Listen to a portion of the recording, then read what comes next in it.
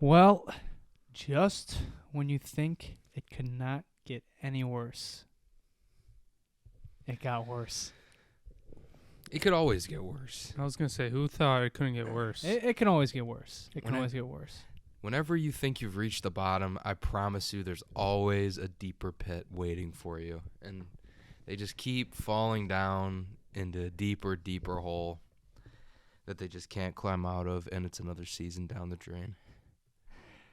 And, it's not like this is being done like 50 or 60 years ago, like a random season in the 1900s. Like, we are witnessing a professional team go through, what, a 26, 27 game losing streak now in professional sports?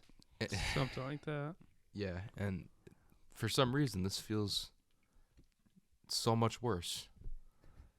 They're 1-1-1 in their last three. Still How? terrible. Against three They top scored teams in 9 the league. goals 2 games ago. Against the Maple Leafs. Still, it just doesn't feel like anything's going well at all, which we discussed in multiple episodes before this. Just before, this goes really negative, I just want to remind everybody that this was against the Boston Bruins, one of the best teams in the league, that everybody's getting really upset over. Before that, it was pretty positive. Two great games against two really good teams. We almost did an emergency pod after the Coyotes game, the Blue Jackets game, but we decided against it, and it was probably for the best because then they played two good games. But then last night happened. But it still was against one of the best teams in the league. That's all I'm going to say. Yeah, the best team in the league that, of course, I wrote missing the playoffs this year, who also lost their generational first-line center and one of their top wingers in the offseason. And they were on a 4-game losing streak going into that game. They were due. And They were due. No. They're You don't get to say that. good. Like, I don't get it. What is it? Wait, dude, is there a voodoo? It's Is there a curse? goaltending. Is there a curse on this team? Is there a curse on this team, I Jonah? think we're past the point of wondering that. It's more of what is the curse of this team. And what burial ground did Terry dig into? I think this is the perfect time for Sabres fans and Senators fans to settle their differences and wallow in each other's self-pity. All right? I think it's time to settle the differences. That was the only thing making me a little happy when we were losing the Bruins because the Senators were down 2-0 in the Maple Leafs, but then they came back and won 3-2. Everybody's having fun but us. It's the same story every year. Everyone's always... Even the Coyotes. The Coyotes are having so much fun. They came back from a 4-0 deficit last night. Oh my and God, won. it's electric. And won. It's electric. Why is every team in the league allowed to have fun except us? Well, we had fun last year. I had so much fun. I was thinking about that. You know what the sad part about that is? We didn't even make the playoffs. This is how tortured we've been as a franchise when a team that barely misses the playoffs is the highlight of the past decade of this hockey team. It was great last year. It was the best year in Sabres hockey that I could remember, going back to maybe the year Eichel came to Buffalo. And that was, 8 years ago? 9 years ago? It was so much fun. And it's like, give us a taste, and it's ripped away from us. Just like that. And I don't know who to blame. But sure, we could start throwing around some blame in this episode. And we're going to get to all of that and more. Folks, welcome back to another episode of the Sabre Roundtable. My name is Jonah. I'm JP. And I'm miserable. We are going to be recapping quite the little week and a half that took place since our last recording date, which was prior to the Sabres getting 9 goals dropped on them by the Columbus Blue Jackets of all teams, returning the favor, scoring 9 goals on the Toronto Maple Leafs, losing in overtime to the New York Rangers, and then losing 4-1 from their first game back from the holiday break against the Boston Bruins. How was your guys' Christmas? I had a good Christmas. How was your Christmas? I had a pretty good one. Got to watch the Kansas City Chiefs absolutely just have a disastrous game. So that was awesome. Something you don't see every day, especially at home too. That was funny to see. What about you, Jonah? It was fine. It was Yeah, fine. Just like fine. Like any other Christmas. Ebenezer Stooge, just No. fine. No. The magic's gone, you know? I'm all grown up. It is. It does feel a little weird sometimes. Like, I mean, not weird in the sense of like getting gifts, just weird in the sense of like when you were a kid and you just like look over like the balcony and you see all the gifts down there. Like you'd be up at 5 a.m. just waiting to open those gifts. You'd have a couple hockey sticks in the corner and you'd have a big mountain of presents. Now it's like you wake up and you sleep in still and you wake up. I was gonna say, what time did you wake up, for example? 9:30. I think that's the same for us. It was like 9:30, 10 o'clock. Yeah, went downstairs and it was still great, but it doesn't have the magic anymore, which is sad. But that's okay. It's just you get to a certain age. We're like 2 minutes in. We've already gone off the rails. Not to make this episode more depressing. Back Christmas to the magic Sabres. is gone, guys. Back to the Sabres. Okay, let's go chronological here. Okay, let's just jump right into the Columbus debacle. I was there for that. Well, I should say I was there for about 2 periods. Not even. I was there about a period and a half. Went down to the concourse to eat while watching the game. And then for the entire 3rd period, I was down in the Sabre store Christmas shopping. So they had my attention for approximately 80 minutes that night. It's so boring and uninspiring. It's unreal. Like even last year when we were getting like the occasional, getting blown out, just like this year it's just like they don't like turn the engine on until like the 3rd period. It's so depressing to watch, and I don't know what it could be. And it was the Columbus Blue Jackets. 9 goals at home against the Columbus Blue Jackets. They returned the favor from last year. Kirill on us. Marchenko had a hat trick not even 10 minutes into the 2nd period. I don't even know what goalie played worse for the Sabres that night, honestly. Yeah, both of them weren't great. I know, it was funny. Levi was pretty bad, so they pulled it. Maybe UPL will, play a little better for us. First 2 shots on net go in. He said, you know what? Let me give 2 more for y'all. That probably is the worst game I've ever been to in person.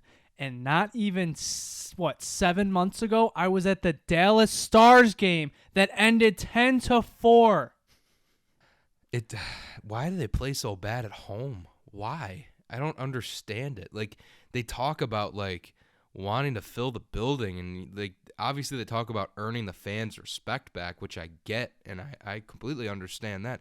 But they just don't show it. Like, when they play at home, it's like they're outmatched every time. No wonder no one shows up to your games. Like, take a look in the mirror. It was actually JP and I's father that made a great point.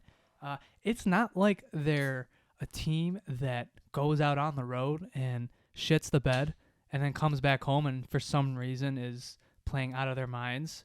It's the other way around. So it's a double whammy. You're not getting people interested because they know you're going to play worse when they're there. It'd be so much better if they were fun at home. I don't know why, just for the vibes, I guess. And even the vibes aren't good anymore. Like, it wouldn't change any of what we're saying, but, like, it'd make it more fun to go to a game. And that just made me think about, we played really good against the Maple Leafs at home. But that was basically an away game. I was going to say, that wasn't even that wasn't in front of our fans. I don't... I just don't. I don't even remember what happened in that game. I was gonna say I don't really even remember. I'll much. tell you this. I Here's didn't watch a funny story. Okay, I missed the Darlene goal. Okay, I got to the arena late. I was coming from work. Okay, I'm walking to my seat. The game had literally just started, and as we know, Darlene scored 40 seconds in. So I get to my seat, and I'm sitting there, and I have to watch Columbus score 7 goals before I finally decide to get up from my seat, go get some food, and watch from there. So I also missed the Kyle Poso goal in the 2nd period. And as I said, I went to the Sabre store for the entirety of the 3rd period. So I missed the Dylan Cousins and the Tage Thompson goal. So I didn't witness a single Sabres goal that night.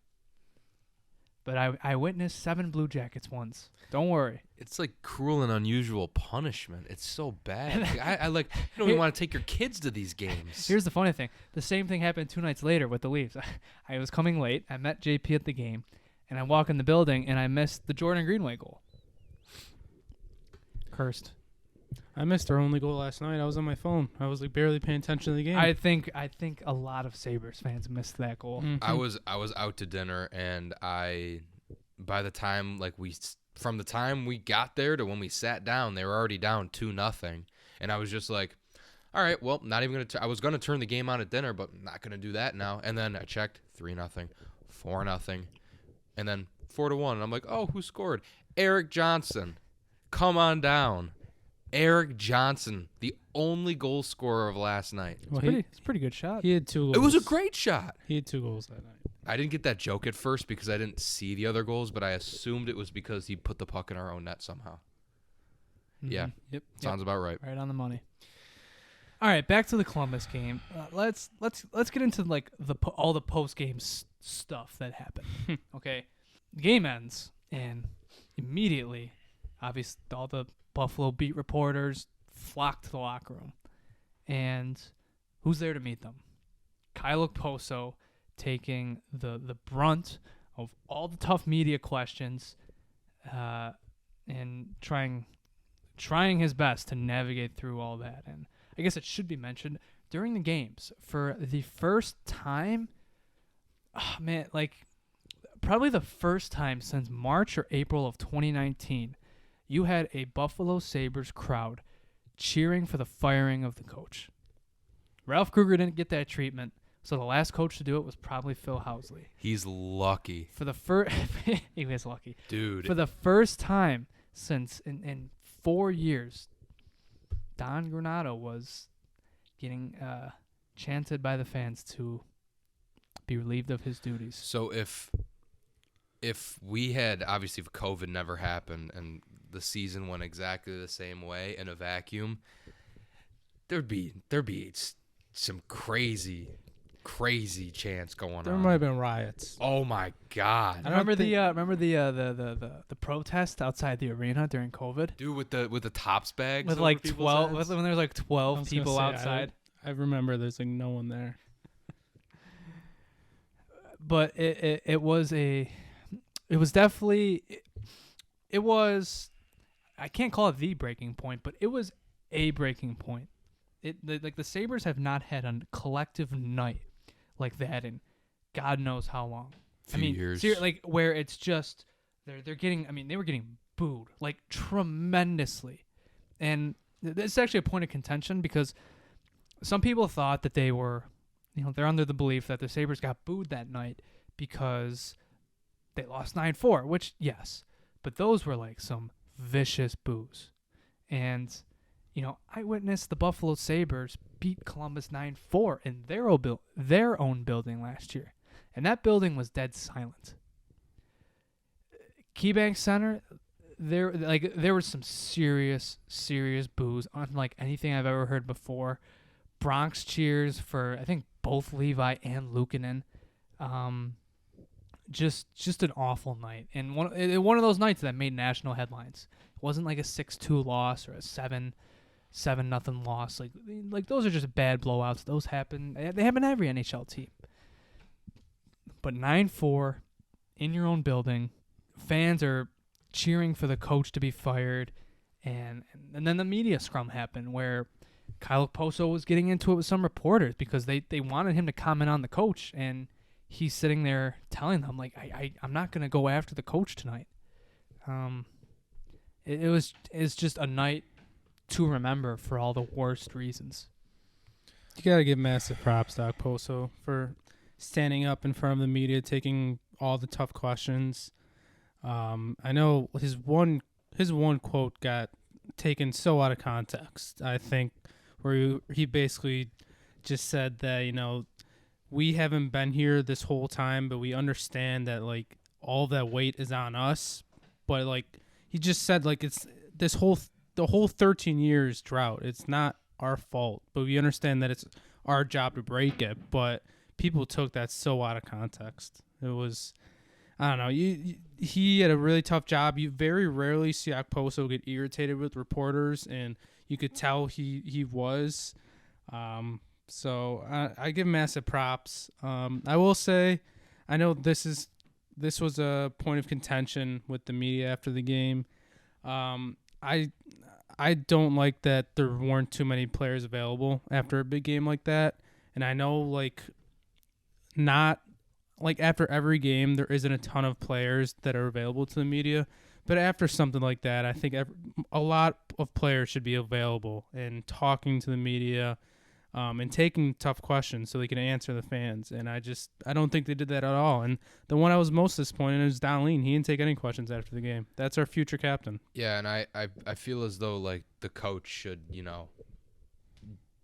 he should take a little responsibility in that as well. Like he should, after a loss like that, people are going to be riled up, and rightfully so.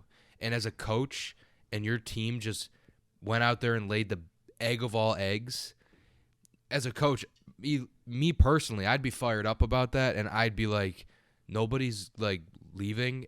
Everyone's gonna be at their locker, and whoever the reporters want to go up to, they're gonna talk to. And that's, I guess, the quote unquote punishment. If the players, complain about it, I don't care. It's part of the job. You deserve it. This is part, and it's part of the job. You get paid millions of dollars, and I get it. Like you don't want to, you just played a game. You want to shower. You want to do your routine, everything like that. But this is part of the job, and they should have. Everyone's butt should have been in their locker for 10, 15 minutes, and any reporter could have gone up to anyone and asked them about what was going on. I know no one likes the media. I know they don't want to answer questions. Like I get that.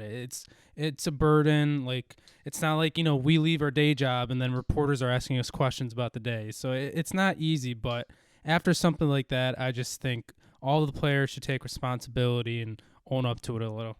Yeah, but I mean, we leave our day jobs. We also don't get paid, 7-figure, 8-figure salary sometimes. I think it is what it like. You guys know my opinion. We were talking about it. I don't really mind that stuff. Like the only thing that did irk me was Darlene, but I was thinking about this the next day because the one thing, like, because he got interviewed, I think at the practice the next day, and the one quote that kind of circulated was he didn't like that the fans were booing Granado and asking for him to be fired. So the only thing that I wonder about is was he going to go after the fans in his interview, and was he maybe biting his tongue, just trying to get out of there. But other than that, like, I don't really care for that sort of thing. I mean, like everybody was saying, 6 players is pretty normal,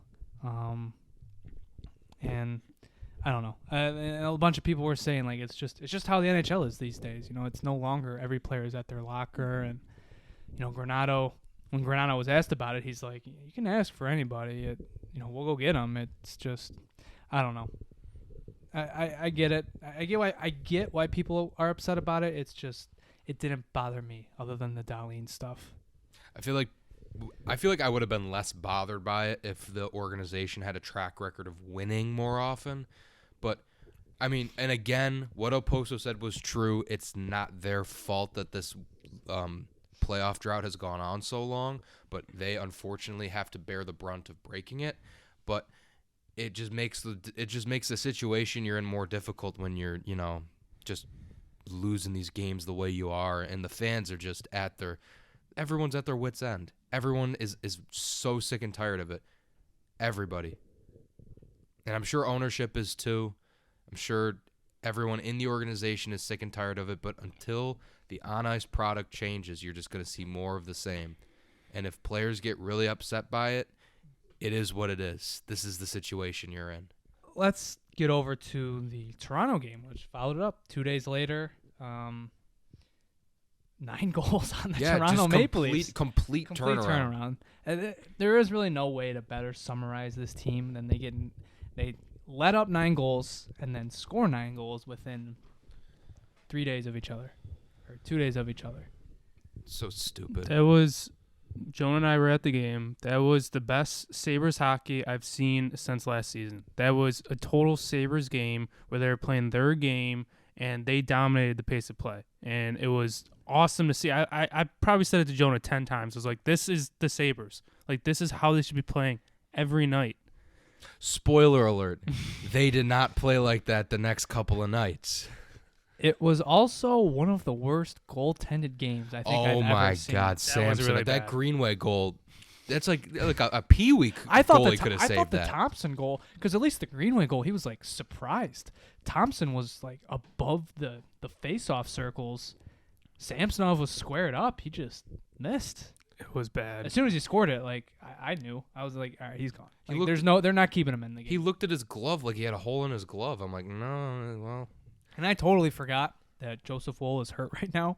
So imagine my surprise when I heard the in-arena announcer say the Toronto Maple Leafs have put in Martin Jones as their goaltender.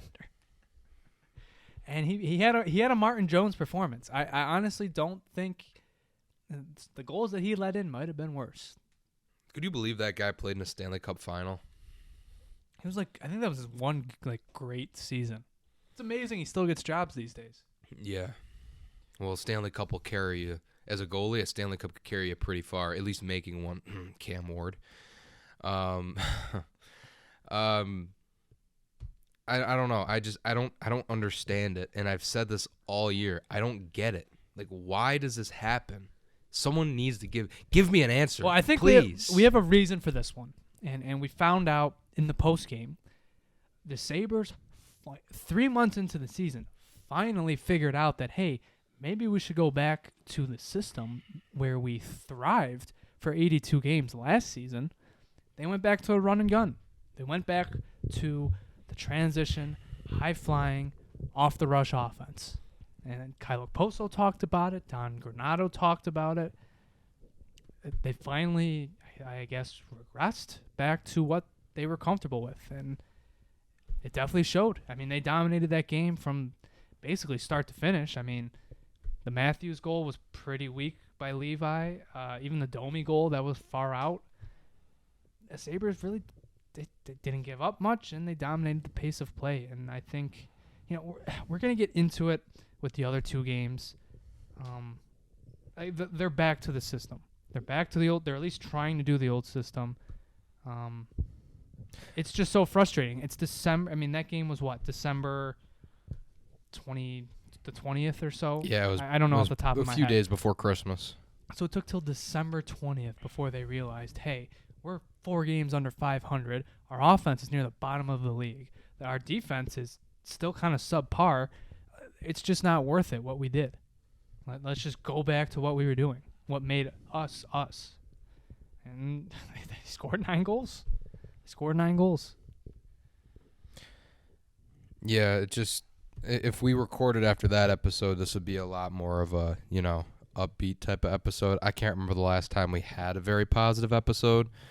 But before the season started. Yeah. Probably. I mean, Joe and I were saying at Christmas when we were talking to our cousins, we were like, oh yeah, this is gonna be a positive episode. We just had 2 really good games, and yeah, it's not gonna be one. Nope. But Let's get to the Rangers game. yeah, I was gonna say let's move on. Okay, like straight up, they kicked the Rangers' ass at 5-on-5 for 60 minutes. Yep. The numbers heavily favored the Sabres.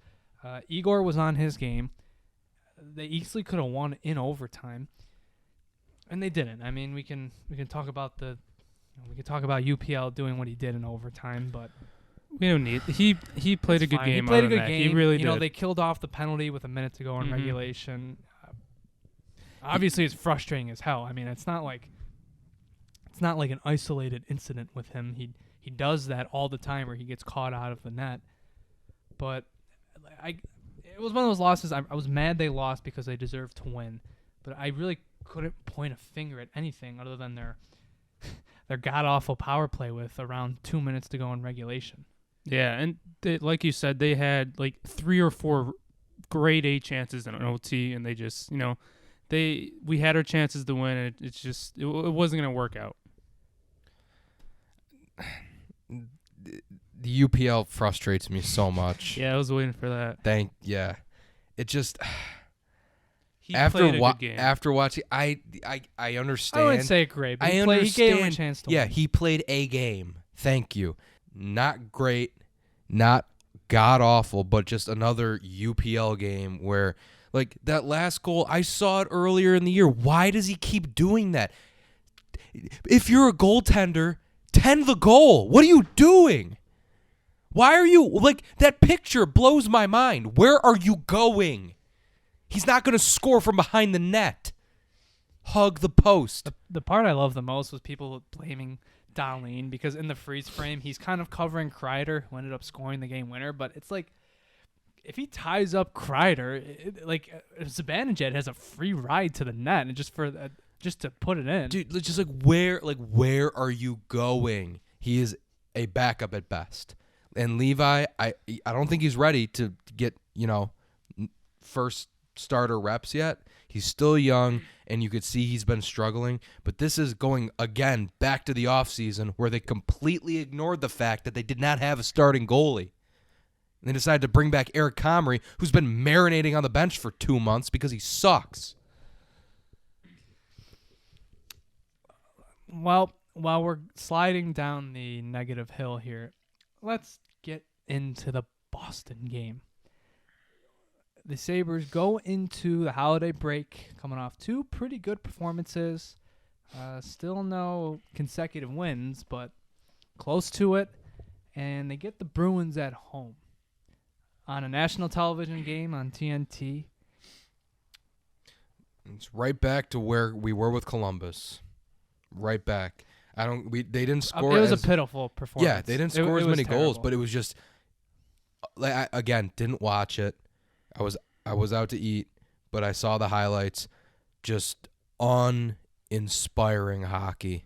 Just absolutely, I'm ashamed that we have to slap this team's name and city's name on that performance and watch that. Oh, and to top it all off, they were doing the wave in our building, man. They only did it one time, but I did think it was funny. I know JP left that game in tears after that. Yeah. But we did play the first 4 minutes really good. I was Donnie gonna say, pointed that out. Don Granato made a point to remind us. Thanks. They had a good start. I mean, Thanks. They did. They did, They but had it a was good 4 first minutes. 5 minutes, but then, Then you get scored on. Connor Clifton uses a man. Levi gives up a juicy rebound, and bam, you're down 1-0. And that's the game. Well, actually, no, that wasn't the game. The game was when you got Brad Marchand to be Brad Marchand and take an extra 2-minute penalty. So you had 4 minutes on the power play, and you had 1 shot on goal. 1. That was the game. That was it. People were complaining about that ticky-tacky call on Skinner in the second period. That's just NHL refereeing, okay? They evened the score. They gave you a chance. You didn't capitalize. Boston got their power play, and they buried. I mean, what did they go 3 for 4 on the power play? Boston was 3 for 4. The Sabres were 0 for 6. 0 for 6. We've been beating around the bush here. That's the big issue with this team. It's the power play. This has got to be the worst power play I've ever seen. Dude, you guys know, I've been talking about this since I want to say February of this year. Yeah. And I don't want to be like, oh, I'm so ahead of the curve, but it was more like I've been saying the same thing forever. Like last season, they had a high conversion rate, but it's because of the shooting talent. Once Tage Thompson started getting covered, oh, look at that. The conversion rate went down. They're still at the bottom of the league in actual shot quality on the power play. They're at the top of the league in quality given against on the power play. And here we are, a fresh season where teams know what you're trying to do, and you're at the bottom of the league, where you belong, because even though they acknowledged at the end of the season, oh, we know it needs to get better. We know. Nothing changed. I mean, they looked good in the preseason. I don't know what happened when we got to the regular season. It looks even worse than last year. It really looks even worse. It really just with each game going by, it just feels like the organization, the front office, and the coaching staff after last season ended just went, all right, going to take a nap. See you next season. Not going to do anything. Kevin Adams woke up for 5 minutes to sign 2 defensemen that are both our 5th and 6th, and technically, I guess, 7th sometimes. Defensemen. Nobody else re-signed the same guys. Didn't address the goaltending situation. Didn't address the power play issues that were glaring. Penalty kill improved as it should have. We were due for it, but regressed back to the median as it should. Yep. I mean, that's another thing. Early in the season, we were talking about how good it looked, and it looked a lot better. But Tage Thompson went down with an injury, then Jordan Greenway went down with an injury, and now you're scrambling for penalty killers. And since that point, it's looked rough. I think they're operating at like a 70% rate since I don't even know when. Like it's bad. God, Both special teams are bad, and that was the game last night. That was like you lost that game because of your shitty special teams. God, I would just love to show up to work every day and just be an absolute waste of space and get paid millions of dollars. Oh my God, I dream to do that. I thought it was absolutely hilarious. If you remember when we had a 4-on-3, and who was the 4 they put out? It was Darlene, Cousins, both are fine, Skinner and Olafson. That was our 4-on-3. And what do you think they did? They did nothing. It's not a surprise. Like this stuff, it's so predictable. It's predictable. I mean, we make jokes. They should just decline the power play 5-on-5. But it's true. They are worse. Alex Tuck said it best. They had more chances on their goddamn penalty kill. Mm-hmm.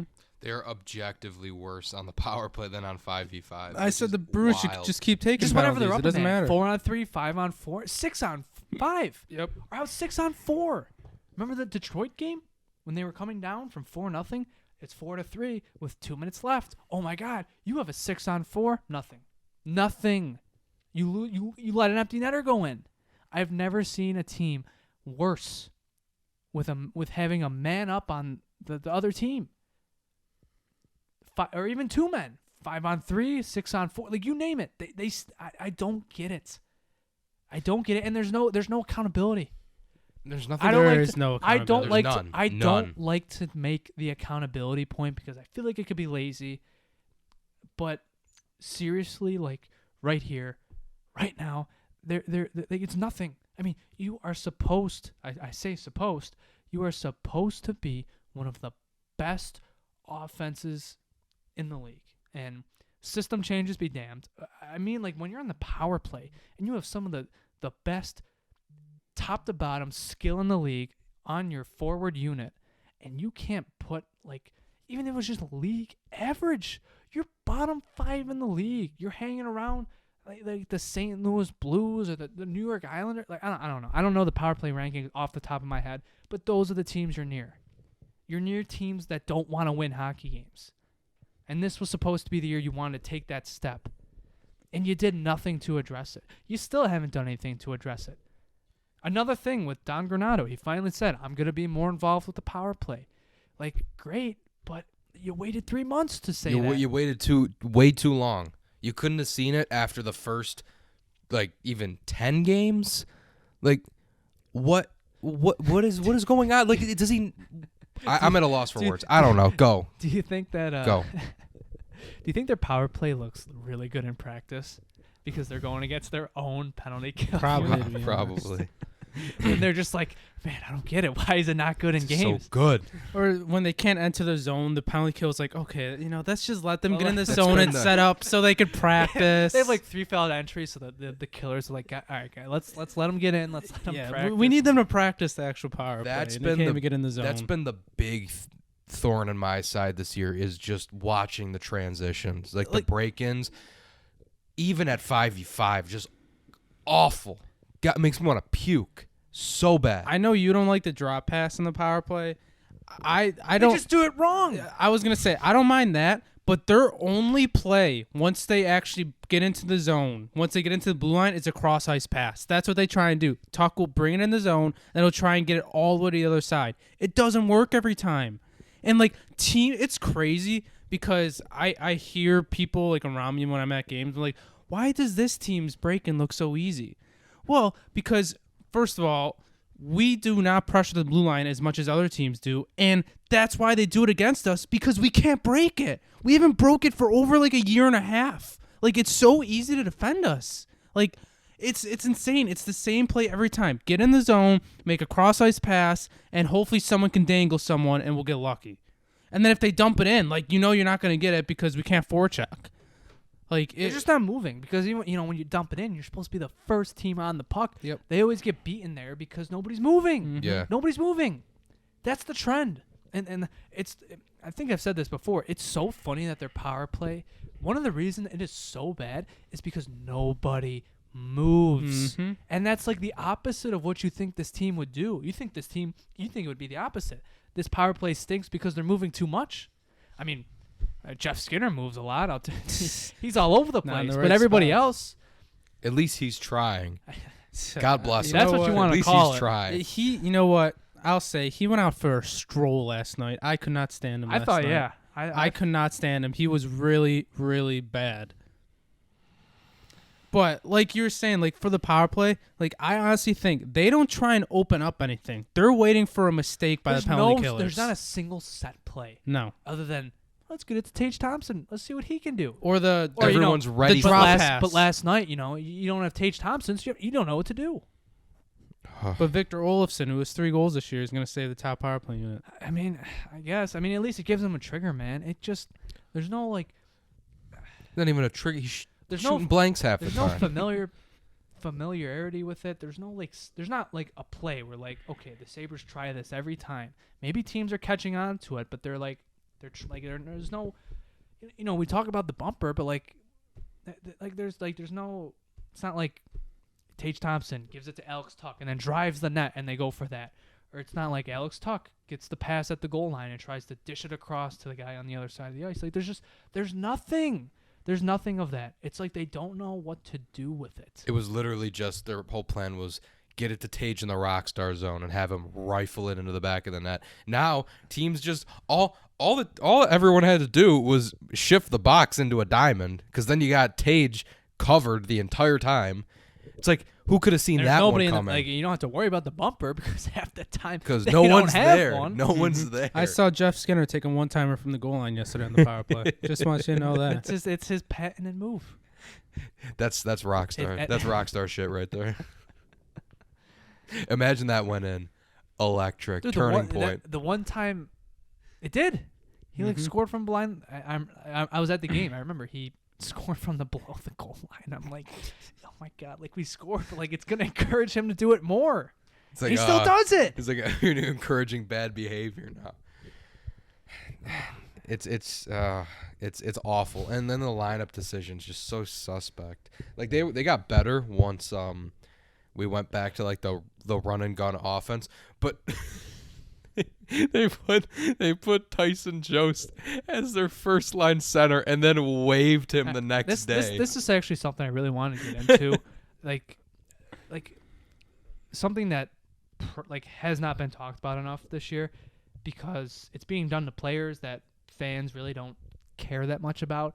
It's their management of individual players that like they're not playing for the team and they got shipped down to Rochester. Like let's go to Tyson Jost, okay? Borderline saves the season last year. Gets claimed off waivers. People don't think much of it, ourselves included. Comes in, is one of their slots in as their third line center. Becomes one of their best two-way players on the roster. Ignites Casey Middlestat into what he's becoming now. I mean, we remember Casey early last year. He was lost, and now he's arguably the best player on the team this season. And he comes in and he also helps Victor Olofsson have his best stretch of the season last year when he was red hot during the end of December and into January. He borderline saves their bottom six because it gave him a third scoring line, and comes into this season. All right, there was a shady qualifying offer situation where it was weird that they didn't really want to sign him. Comes into this year, I think is scratched for opening night. Comes back into the lineup, basically gets banished to the fourth line or whatever. He's given no chance to move up in the lineup or anything, and here we are. He slots in for Tage Thompson on the top line, and less than 24 hours later, he's on waivers. What are we doing here? Why? JP and I have had this conversation. He doesn't understand why Tyson Jost was brought back, really. And I understand that to a degree because you brought Okposo and Gergensons back. But if you want to be honest, he was the best out of the 3 last season. So Yeah. to me, it makes complete sense why they brought him back. But he was the last one to sign. So at that point, it's like, well, why are you bringing him back? You're bringing back the same roster otherwise. And here we are. And I don't want to make it seem like I'm mad that Tyson Jost was waived. Not really. He hasn't been good this year. But it's a pattern because look at Jacob Bryson. Okay? One of their nightly players from the last 2-3 seasons comes into this year, is the 7th D, which is understandable. Gets into a game like 3 weeks after the season starts, plays good in the 2 to 3 games he plays, but he hasn't suited up for a game since November 4th. Not a single game. And they waited till 2 weeks ago to finally send him down to Rochester? What are you doing? This season, I mean, in the games he played, sure, it's an ultra small sample size, but he's better than Connor Clifton was at that point. He's better than Eric Johnson was. I'm not clamoring for him to get games, but you can't just sit him for 2 months. And look at where we are with Eric Comrie. That poor dude gets signed to be the starting goalie of the Sabres last year. He was signed to be the starter. He didn't get. He's been all over the place in his NHL career. Been to Detroit, New Jersey, Winnipeg. He's been all over the place. Comes here because he's finally going to get the opportunity to at least get the chance to prove himself as at least an NHL goalie. Comes here, gets that opportunity for about a month and a half, plays okay, doesn't kill the team, had some good stretches. I remember he stole those 2 games in Alberta last year. Then he gets hurt. Then he goes out for an injury with 2 months. Comes back. Ukko-Pekka Luukkonen had stolen the crease. So now he comes back up. There's 3 goalies. He's not able to get back into a rhythm. He suffers through the rest of the season. He suffers while the coach leaves him out for 10 goals against the goddamn Dallas Stars. He plays 2 games later against the New York Islanders. All the analysts are joking post game about letting up 10 goals a game before. Doesn't start any of the remaining games. What was the last game he started last season? I don't know. The Montreal game, which was I think March. So he didn't play a single game in April.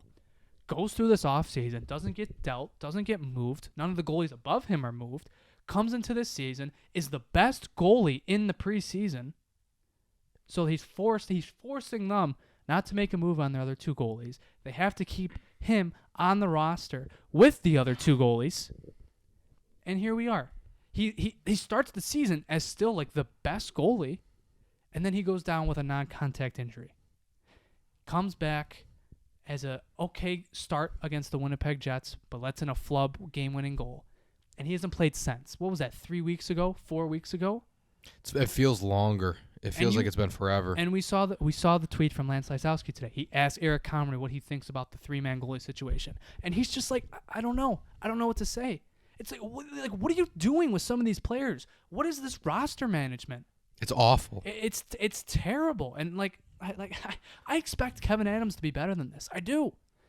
I don't know if they're holding out for trade partners. Now you're gonna have Jacob Bryson, Tyson Jost, Eric Comrie, and Riley Stillman in the AHL. It's like $8 million. And look, every single one of those players, they're NHL players. They're NHL players. And Stillman, that really hasn't been talked about. He was good down the stretch last year, and he hasn't even gotten a game up with them. Yeah. And it's not like it's not really like he should, but they trade a prospect for him, and he's marinating in the AH. It just makes no sense. It makes no sense what they're doing with some of these guys, and that's a side of it that just hasn't been discussed. They refuse to make the decisions until they have to. The poor guy.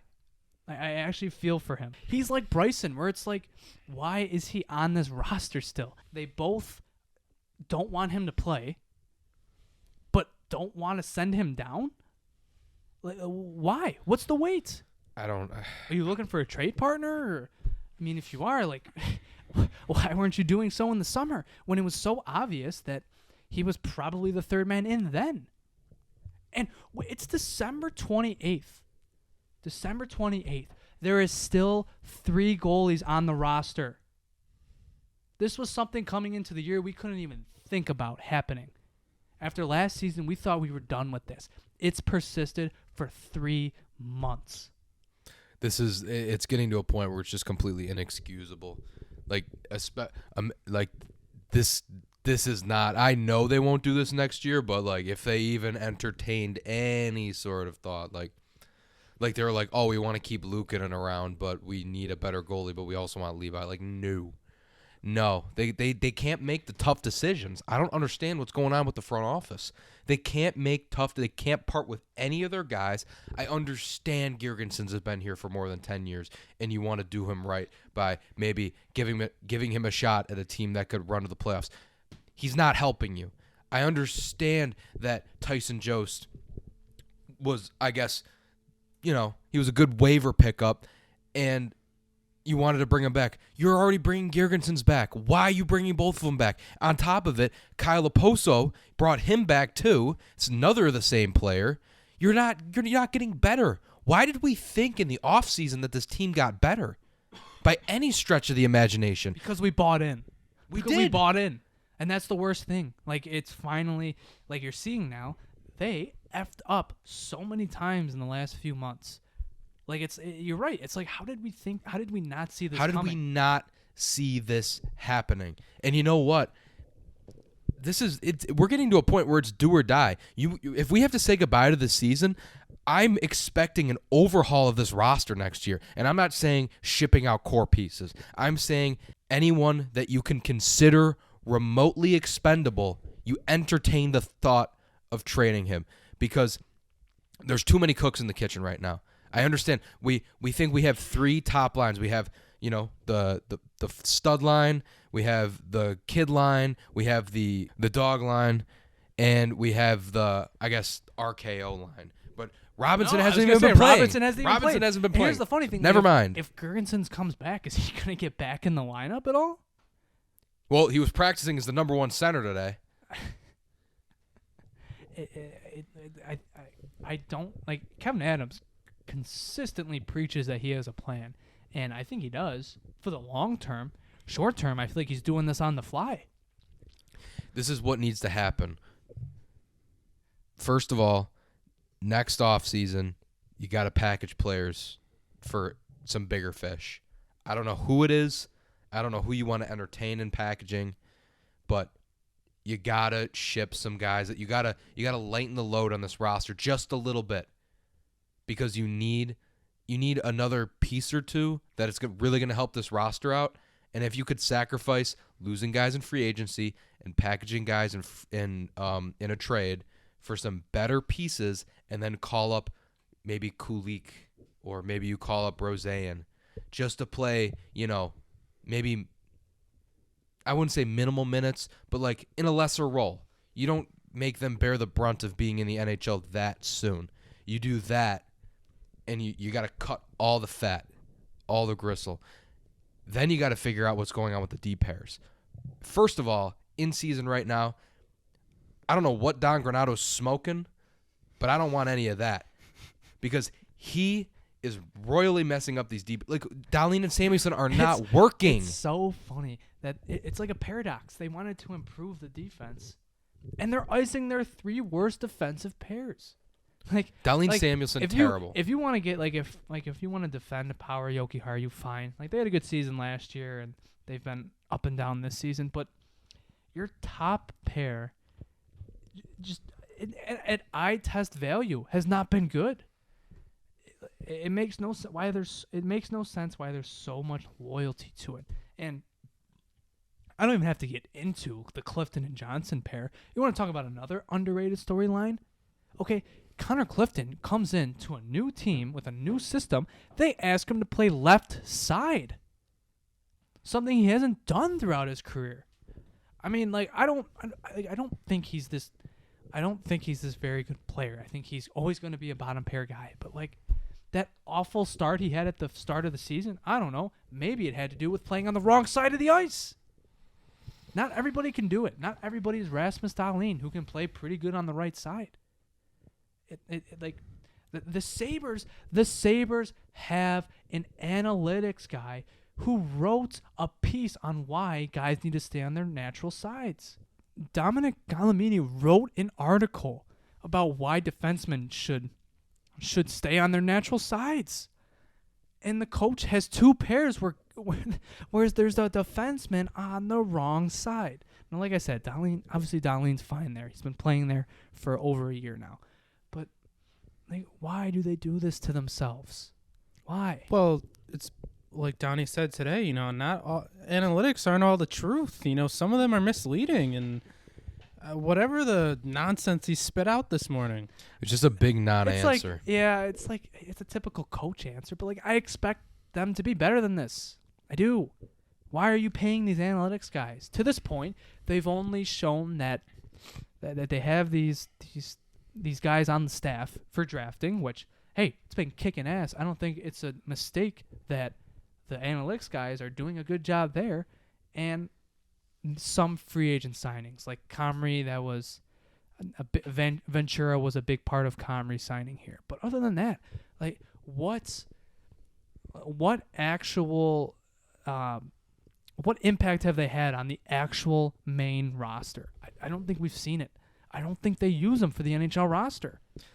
That's what I was just going to say. If they did, the power play, they'd be trying all sorts of stuff. I'm sure if there's any sort of model that they use, that they would be calling Donnie constantly that the power play stinks.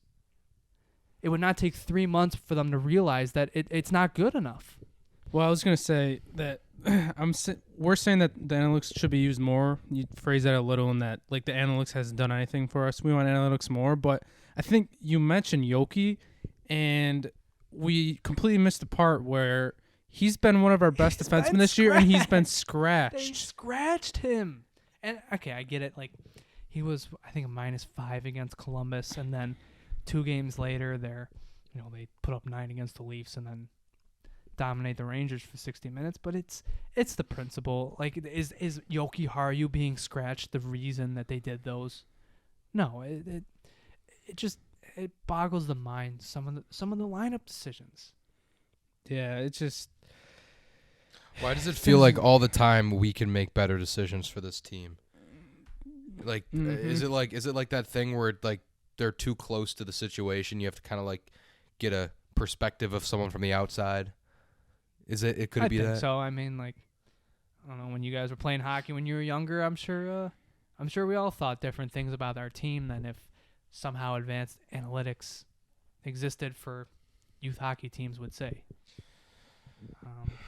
I don't know. It is the way it is. And I also think, imagine you're at your job and you're doing something and you've been doing it for a long time. I mean, Don Granato has been coaching for a long time.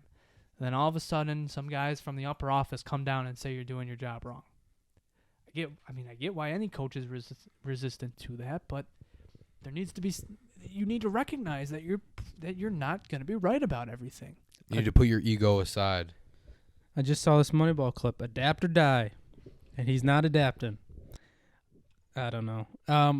I would like to add into the Tyson Jost and Comrie argument because I didn't say anything for about 20 minutes there.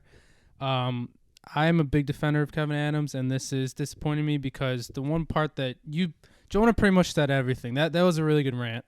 But the one part he didn't say is that this is ruining their careers. This is ruining Comrie's career. They're pending UFAs. They're going to want jobs after this year. Imagine you're Jacob Bryson. Okay, you've never played for another team, and you want to stay in the NHL, and your current club, which you're clearly on the outside, it's slowly being faded out. Ryan Johnson he's like the Jacob. He's the better Jacob Bryson. He's taken his spot. He's the 7th. Ryan Johnson's the 7th D now. And you're Jacob Bryson, and you want to find a job for next year and support your family. Your team's not playing you for a full month. It's just I feel so bad for Comrie. If we would have dropped him even in the beginning of the season, he probably gets picked up by someone. But now, who knows? He hasn't played in 3 weeks. What do you think other teams look at? Oh, Kevin Adams, he certainly doesn't really have a good goaltending situation, and he won't even play this guy. So yeah, like no one's gonna pick him up. Like I feel really bad for him. Same thing with Tyson Jost, and I understand why the Sabres brought back Tyson Jost. I'm just saying I don't think it really made sense from his standpoint. I don't think he had a clear path to this roster in any way. But it's just tough. That it's like it's ruining these guys' careers. We're just dragging on them. We won't just cut bait. We won't just rip the Band-Aid off and do it. And like Comrie's probably gonna get waived tomorrow, right? Because Gergensen is gonna get activated and Tage is gonna be back. Like there's a roster move that needs to be made. Why are we hoarding players? What is going on? I almost forgot. There's nothing better than Jacob Bryson and Eric Comrie being waived within. I mean, and with Bryson, it was within weeks of it, and Comrie, it's a few days after Christmas. Yeah. Like, and Tyson Joe, same thing. Like, what, 2 days after Christmas? Merry Christmas, buddy. Sorry about that. It's just the last thing I would expect from this organization. It's the opposite of what they were. What do you mean the last thing you'd expect from this organization? With this regime. I mean, they were like last season, they were looking for a trade partner for Vinny Hinostroza. Like they were doing it out of courtesy. They traded Rise Asplin. They traded Asplin out of courtesy. It's been a complete flip of the switch this year. And we really haven't, like, think about our AHL team in the last few years. We really haven't had, like, high salaried players down there because we've been, let's grow the prospects. Let's grow our AHL team. And now we're going to have 4 players down there who make over $1 million. I mean, Tyson Jost makes 2.5. I think Bryson makes like 1.2. Stillman makes like 1.2. Comrie probably makes more than that. He's probably 2 or 3 million. Like, it's a high salaried Amerks team that already has a lot of good players on it. Like we have Kulik, Roseanne. Now we're gonna be blocking other guys down there because we couldn't cut bait with our guys earlier. Like what do you I get it. You said this regime, but just in general, I couldn't I couldn't think of another organization that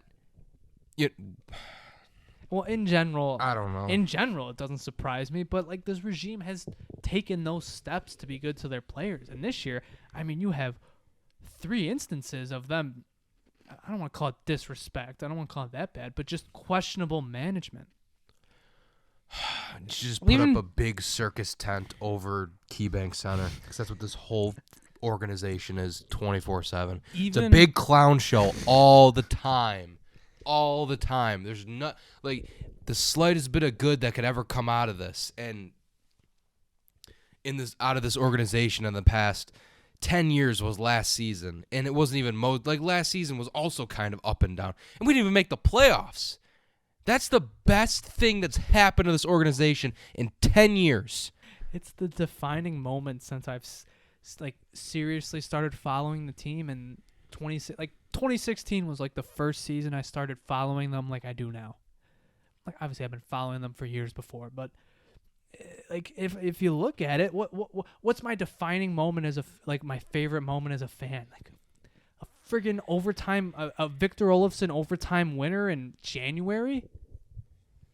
Casey Middlestat scoring a shootout game winner in a season where we didn't make the playoffs, or I should say. Casey Middlestat scoring a shootout winner in a season where we got eliminated from the playoffs a day later. That's it. That's the defining moment. And this is what I'm so pissed off about. This is the final straw for some fans. And I don't mean it in the sense they're never coming back, but they're never coming back until they make the playoffs. Nobody's waiting around anymore. They had one chance at this. Okay? People forgot about the team for years, essentially. But when they had that strong finish to the 21-22 season, they had RJ Knight. They had all those great moments sprinkled into the last month and a half of the year. You had people starting to come back. You had people saying, okay, I'm going to keep my eye on these guys. I'm going to see how they're doing.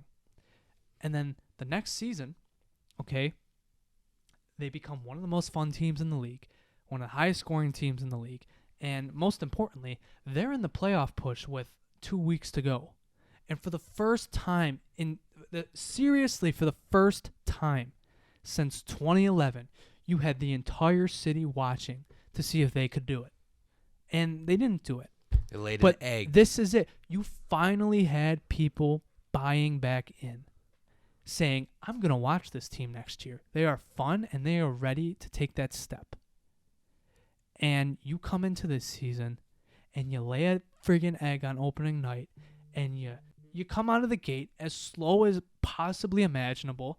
You take away the things that made you what you were the year before. You didn't make the additions necessary to make the team significantly better. And you lost them. Like, you seriously lost a portion of your fan base now. Whereas after the 21-22 season, they were like, I'm going to keep my eye on this team. I got a good vibe about them. Now it's like, I don't care about this team until they do the thing. Like, nobody's until they end the drought. There's just no interest in them. That's like, there's so many fans. If you want to talk about, more Bill-centric fans, or how about fans our age? Fans who haven't, they don't love the team like we do, but it's because they haven't seen a team like the years before we started following. I feel like they've lost a generation of Sabres fans because of this. Yeah, they have. And I feel like even myself, I've gotten to a point where I just start to question like what am I doing half the time? It's just I get the same result year in and year out, and I feel like I'm just waiting around for a good team to come around, and then I think we do have a good team and it's not there, and regime changes and all this. It's like you're seriously stunting this organization for even the years past. The years past have stunted this organization for a long time to come, and even when they do make the playoffs, it's like, yeah, people will be back, but still, it's like you got to be a consistent winner. You can't just go once and bow out and be like, perfect, we did what we had to do. You need to win. You need to consistently be in the playoff race every year. Your 2022-2023 Sabres need to be equal or greater than that team most years. That is what they were as an organization for 40 years until Terry Pegula bought this team. And I'm not saying it's because of him that they're this bad, but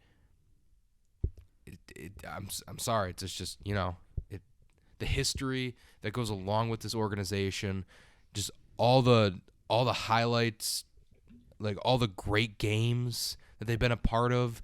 The Winter Classic game, the first Winter Classic was in Buffalo. This is a hockey city. That would never happen today. No, this is a hockey city. This was called Hockey Heaven. It's not called that anymore. Now it's Hockey Hell. This used to be a city that backed its hockey team like no other. Religiously. And even when they had the tank year in 2014-15, people still showed up because they were like, this team has always consistently bounced back. They've always consistently bounced back, and they've always, they've done right by us. And that hasn't happened in the past 10 years. Look, our family, we're season ticket holders, and we've, debated even last offseason if we should even renew. And of course we wanted to. And if we don't renew next year, I don't blame anybody. And I saw someone on Twitter today. He said he's a half season ticket holder, so he's 20 games this year. He said he might eat the bullet for the rest of the season, that he doesn't even want to go to games anymore. It does not take much to please the Buffalo fans. I feel like so many games we go to, we might be down 3-0. We score one goal, the whole place is vibing again. It does not take much to please us. If we were a fringe playoff team, if we just made the playoffs, 2 or 3 times this whole drought, the whole city would still be invested into this team. It does not take much to please the Buffalo sports fans who've been deprived of a championship since the 1960s in the AFL. It does not take much, and it's really sad because we've all really gotten into Sabres Twitter and just the Sabres fan base in general, and I'm seeing some of my favorite Twitter accounts. They're not even interested in the team anymore. There's even people are who used to be they would dig in the prospects. They'd be willing to watch the World Juniors. They don't even care anymore. The interest is just at an all-time low. It's really, really sad. I know it's tough for Jonah to tweet out stuff all the time. There's not always much to say. it takes the motivation away from being a fan of this team. It's just been a lot of time wasted. Christian said it right. It's just been a lot of time wasted. I sit down, I look forward to a game, or I drive to the game, and then I'm just blankly staring with no thoughts in my mind as I'm watching this team just crumble. It's truly incredible how we're just back to square one. Again. We are back to square one. People want the coach fired. They're questioning the GM. The core is underperforming. We're back to square one with the off seasons. How many times did you walk into a Jack Eichel off season and know exactly what needed to be fixed? Now, the list was a lot longer back then. But how many times did you walk into those off seasons and you'd be like, okay, like you need this, you need a top 4 defenseman, you need like a top 6 forward, a middle 6 forward, a starting goalie, and they would turn around and they'd sign Marcus Johansson and call it an off season. That's how it would go. And we would be hype about it. And we would be hyped about it. We'd find a way to get excited about it. It's the same shit this year. You go into the offseason, you know exactly what the problems are. Jack Quinn's going to be out with an injury. Your defense was atrocious. Your goaltending was bad for most of last season. And you lost your best goalie. You lost Craig Anderson. And, you turn around. You don't sign a single forward. You sign 2 defensemen who are equally, they're bottom pair defensemen. And then you didn't address the goalie situation. I mean, it is so funny when you take a step back and you realize Connor Clifton was the marquee addition of this offseason. That is some Jack Eichel BS. Jack Eichel Sabres team's BS. That you're trying to sell it to your fan base that's your biggest addition when you're trying to go for the playoffs. It's unbelievable. It's unbelievable. We are back to square one. And I just want to stress, this is not rock bottom. The Detroit Pistons just lost their 28th game in a row. Rock bottom is much different than this. Rock bottom is when your franchise star asks out. Rock bottom is when your head coach is a soccer chairman. Rock bottom is when you've lost 18 games straight. This is not rock bottom, but it shouldn't have to. You shouldn't even be talking about rock bottom. This team should be nowhere near rock bottom. And here we are. It's December 28th. It's not even the goddamn New Year. And people are checked out. There's nothing to come back for about this team. I love watching the World Juniors. I watched, I think, every Team Czechia game last year. I watched every Team Sweden game with Kulik and Roseanne and Alsland. And I watched the Team Canada games with Connor Bedard. I have no interest this year. It's just not there. It's not there. I don't care about the prospects because the team is here. It's so frustrating to try and get excited when you know it's not possible. Yeah, I couldn't give 2 shits about prospects anymore, to be honest with you. I don't care. I don't care about the draft lottery. I don't care about Macklin Celebrini. I do not care at all.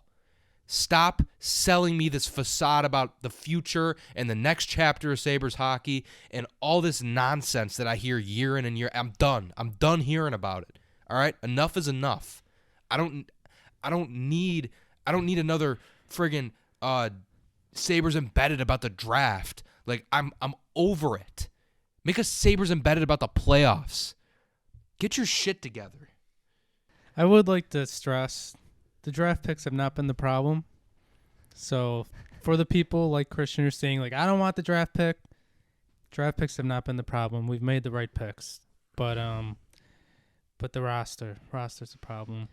Before we end it, I just thought of this too. Speaking of how we're ending careers of Jost and Comrie. Think about Victor Olofsson. Okay, he could be scoring 30 goals a season on a bad team right now, but at least he's enjoying himself and he's doing what he's good at. Instead, we're scratching him every other night. We're burying him on the fourth line where he's not doing anything. He just had a kid. He's away from his family to get scratched every other night. It's... And, like, I get it. It's the business side of it. He's making $5 million a year. It's hard to have sympathy. But it's the type of stuff that the Sabres want to rebuild their image as an organization. And you want to do that by doing right by the players. And right now, they're not doing that. I was going to say, like, quite frankly, last year they did build back up the reputation, but they lost it all in a matter of 30 games. And, you don't want to summarize a rebuild based on 30 games. Like I said, it's not like it's different than the Eichel years because, what are we in now? Year 3 of the rebuild, pretty much. Year 3. Year 3 of the Eichel rebuild was what? 17, 18. So they came in last and got Dahlin. But behind them, and you're looking down the list, who are the prospects? Alex Nylander, Brendan Gooley, Cliff Pooh. Like, things are different now. But we have no proof that anything is going to change because nothing has changed. Nothing has changed. They're not proactive. Everything has to hit rock bottom before something changes. It has to get to a point where it's insufferable to continue on. I mean, it's a trend with bad teams. Good teams fire their coaches and win the Stanley Cup, but they don't fire their coaches when the season's over and when the season is lost. They do it while the season still has a chance to be alive. Bad organizations wait too long. Look at the Ottawa Senators. Why did it take them this long to fire DJ Smith? That guy's been their coach for 6 years. I'll tell you why. It's because they're a bad organization.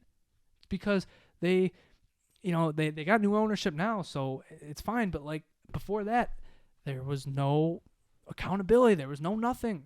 And right now with the Sabres, like, I hate playing this card, but there's no accountability. There's nothing.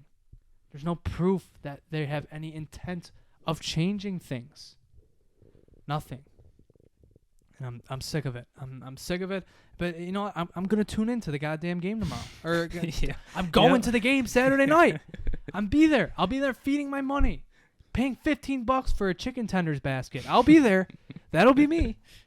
Yep. Because that's what they've done. Because I'm a lifelong fan. I'm ride or die with this team. I'm gonna do this shit for as long as I want to. It's what I want to do because of this team. Because I love this team. But God, I hate them sometimes. Most of the time. I haven't watched a playoff game while seriously following the team. I've said this before. I was in 2nd grade the last time they made the playoffs. 2nd grade. Obama was in his first term. Yeah. The last time the Sabres won a playoff series, Bush was in his 2nd term. I think I've run out of. I think I could go on for a lot longer. Because I've been keeping this in for a long time, holding out hope because I believed it would be different this time. And that's the worst part. I bought in, and I'm still kind of bought in because they've set themselves up well. But I can't, I'm not bought into. The season is over. They need 2 18-19 Novembers. We've said it before.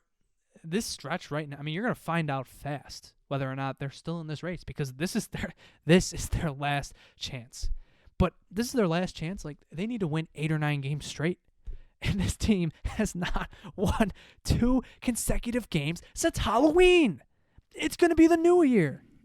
Marty said on Sabres Live that we probably have to go about plus 16 the rest of the year, so we have to have 16 more wins and losses. Oh, my God. That's not happening. They haven't had a stretch like that in, I think, since the last time they made the playoffs. I mean, they had a late season put. They were in a similar spot as to where we were. But this team has no inclination they're going to turn it around. There's no underlying stats that say they're going to turn it around. There's no player performances that are super unlucky. Dylan Cousins has been unlucky, but he's not shooting 10 goals under expected. Okay? You can expect scoring. You can expect positive scoring regression from him and Thompson, but other than that, everybody else is doing fine. They're just not playing good enough. I tweeted out today, the core four, Tage Thompson, Dylan Cousins, Rasmus Dahlin, Owen Power, they haven't been good enough. I don't even know who the best player out of that group is this season. And it's frustrating. And I get pushback about Darlene, and I'm like, look, he's been fine. He's your franchise player. You just paid him $11 million. And he's not making that this year, but you paid him $11 million. I hold him to the highest of standards. Because I know it's not even like we're in the wondering stage anymore. We know what he can be. We know what Tage Thompson can be. We know what Dylan Cousins can be. They're not playing that right now. Which is, I mean, I don't have to tell you. But I sit there, I tune into every game expecting it to be different that time. And it's not. I'm sick of tuning into games and fans are invading the building, but it's like, good. Someone's buying the tickets. Someone's buying them. I mean, in a way, you're keeping this team in the city. But I'm sick of that because I know it didn't used to be that way. Sure, Leafs fans always got in there. That was about it. Team's just broken. It's broken. It's broken. It's so funny. The Highmark Stadium is like the Roman Coliseum, and the KeyBank Center is like a friggin' morgue. Mm-hmm. I meant to mention this earlier when we were talking about the games, but there were, I think, 2 or 3 of the goals where, our defensive coverage was awful. And I saw the players just look at each other like, what are we doing? Like, I saw Greenway do that at least twice, and the one where it was their second goal. All 4 of them just stood there and looked at each other. Like, this team is broken. It is bad. And someone said on WGR today, that I think they're confused about what their identity is even supposed to be anymore, because the whole offseason and the first 30 games, it was defense, and now they're being told not to do that. We're just switching on a dime. Yeah, like they're confused about their identity now. Like it's just been an organizational failure from top to bottom. I really hate to call for the firings of people from their positions, especially around Christmas, but what other option do you have at this point? I mean, seriously. The season's over, so I guess you can say, let Donnie ride it out, but we're past that. We're past the when Dan Bilesma was allowed to run out the season, or when Phil Housley was allowed to run out the season. It was, even then, the fan mindset was much different at those times. Like, it wasn't like it is now. It's a higher standard. It's now. a higher, because guess what? You know who's left? The diehards, like us, who were here the whole time, but are as impatient as ever, and just fed up with going through this year after year after year after year after year after year, times 2, because I only said that 5 times, and they've missed the playoffs 11 or 12. I'm losing count. I have nothing left to say. I'm sorry I have not contributed in the last few minutes, but I really just don't have anything to contribute. I've said everything I wanted to say, and frustrating. That's all. It's frustrating, and it's also sad. It's really sad. It's pitiful too. This hasn't even been good therapy. No. To talk it out. I think it's gotten we're worse. Stuck. It doesn't matter how much we shout. Nothing has changed. You're just a bystander. I think we'll try to end this. We'll be back with you Monday, I think. We'll try to change things up. I think we're gonna do a mailbag episode, so we'll send out something on Twitter, Instagram, on all our socials. Send in your questions. We're gonna try and avoid a episode like this where we're doing basic talking points. We want to know what you guys think, or what you guys want us to think about something that we haven't talked about. So that's something to look forward to. So stay tuned for that. Stay tuned for that in the next couple days, and we'll try to have some fun in the next episode. I so want them to put up 9 against Blue Jackets on Saturday. I hope so too. But with that, I think we're going to wrap up this episode of the Sabre Roundtable. Thank you guys for listening. It wasn't therapy for us, but hopefully it was therapy for you. If you guys want to follow us on Twitter, follow us at the Sabre Report, or on Instagram at the Sabre Report. Follow us on TikTok. Subscribe to us on YouTube. If you want updates for the pod, follow us at Sabre Report Pod. give a listen to our fellas over at the Buffalo Sports Talk podcast. At least they get to talk about a playoff team, or knock on wood, not a playoff team, but looking to be a playoff team. Hopefully the Bills actually do something worthwhile. But other than that, I think that's going to do it for this episode. Thank you guys for listening, and we'll see you next time. Take care. Go Sabres. Go Sabres. Go Sabres.